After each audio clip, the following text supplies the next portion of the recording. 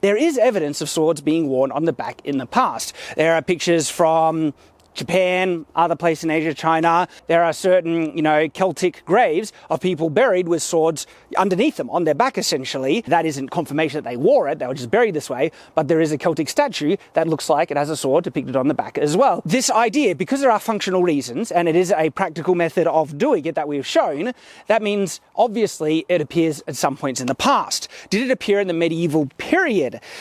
I have found no evidence for it. I've literally scoured through thousands of pictures of medieval artwork after looking through thousands of images. Not a single sword on the back or indication of it being on the back. Absence of evidence is not evidence for absence. Okay, so just because we can't find it doesn't mean it was never done.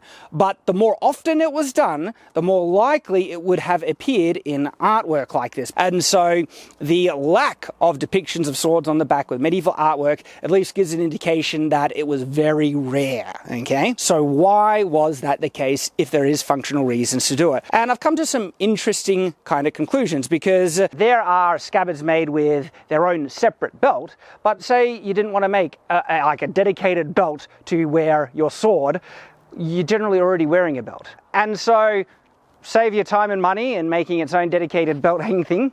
You can just loop it through your belt like that.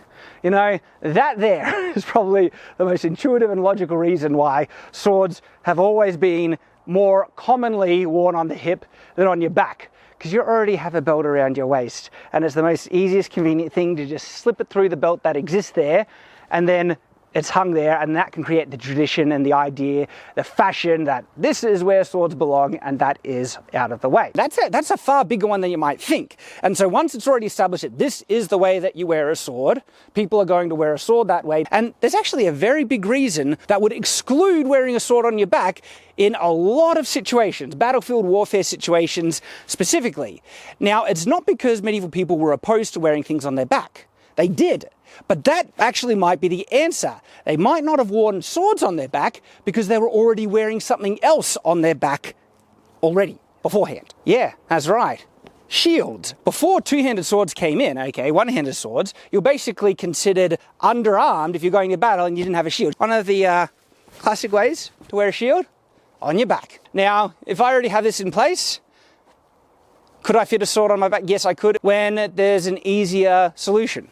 Just wear the sword on the side. Out of practicality and function, this would have remained the norm for a very long period. And you can check out the full video on Shadowversity. There is a link embedded in this short. Hope to see you there, and thanks for watching.